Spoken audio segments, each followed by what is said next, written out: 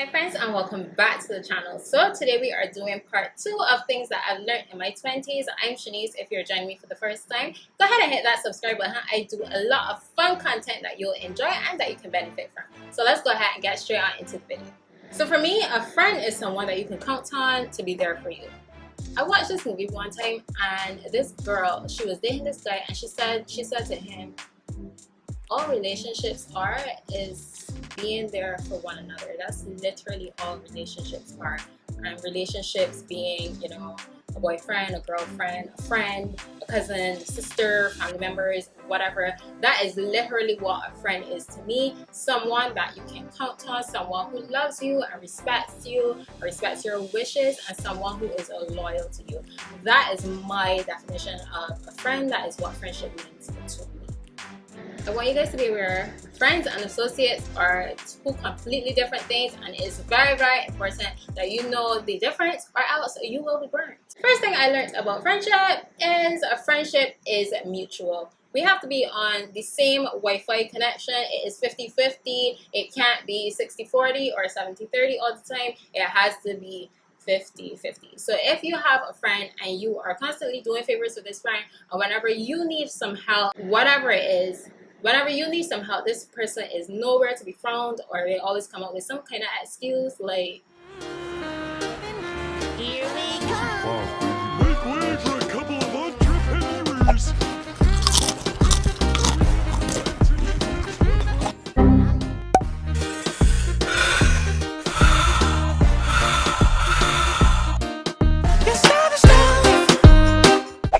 Something as simple as that. If this person does not reciprocate your efforts or appreciate your efforts even, that's not your friend, sis. Move on. Lesson number 2 that I learned. History or time has no impact on y'all's friendship, on one's friendship. You could be friends with somebody for years and years and years and days, honey.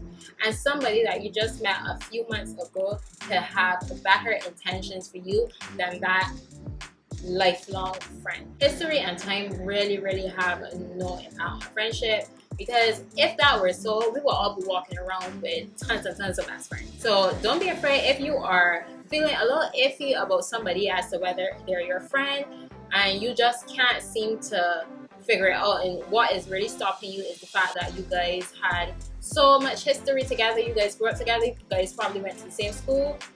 Don't be afraid to cut that person off if you are unsure about y'all's friendship and that person's intentions for you. Number 3, friendships are way easier when you have things in common. Can't wait to eat this. Oh, here. Oh, you just mix it to eat it like that? Yeah. Do you want some?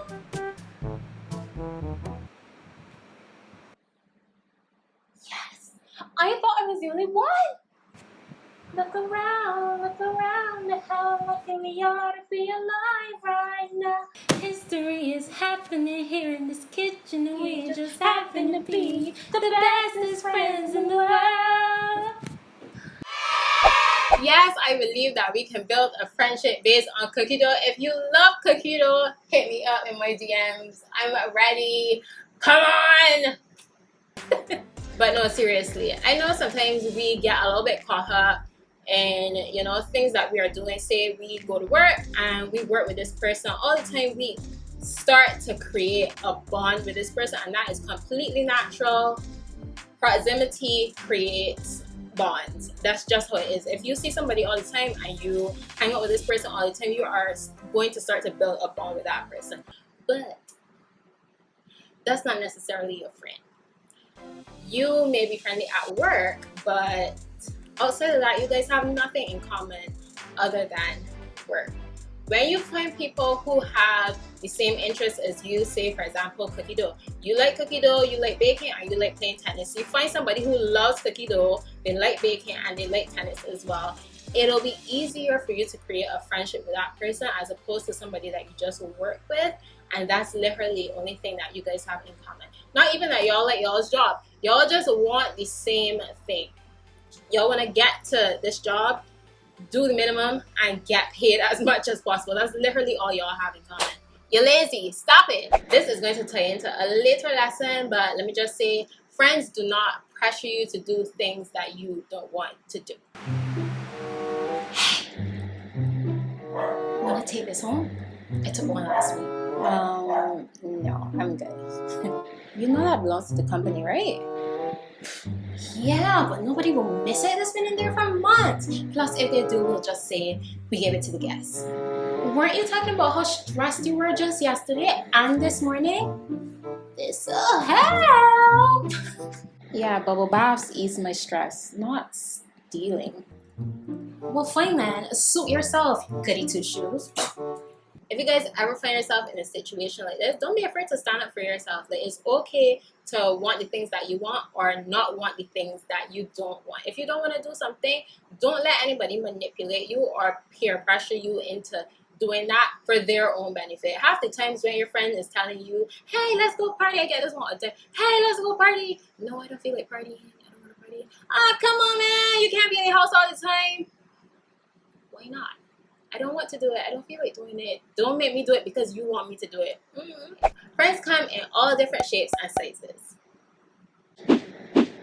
When I say friends come in all different shapes and sizes, what I mean is that you are probably going to have different types or different categories of friends. For example, you may have gym friends, you may have emotionally supportive friends, you may have party friends, you may have work friends.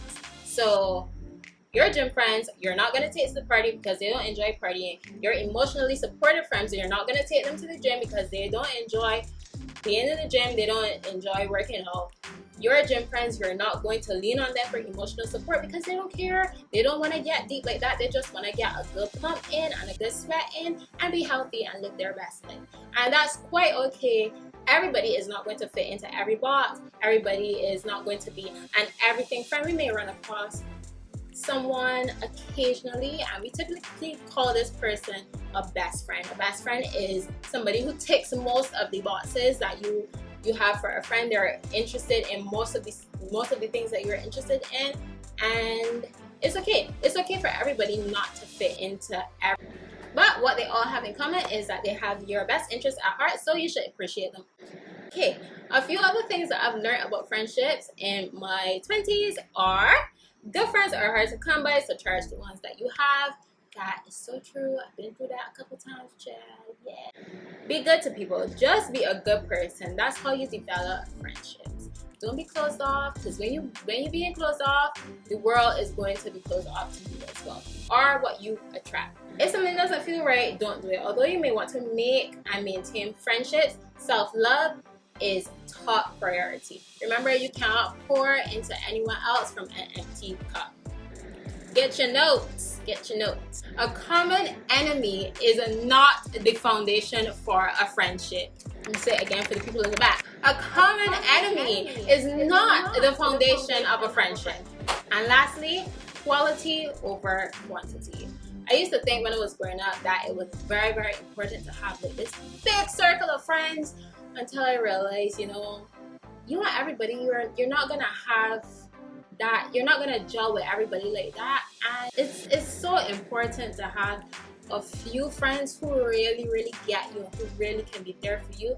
To have a bunch of people around you who literally don't care about you, because you could have thousands of friends and still be lonely.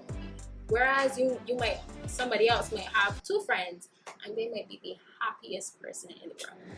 So guys, that brings our video to an end. Comment below and let me know what your favorite lesson from this video was and something that you learned about friendships in your 20s that I did not include in this video. Subscribe to me by clicking my face. Remember to be completely you, be open to making new friends, and love yourself.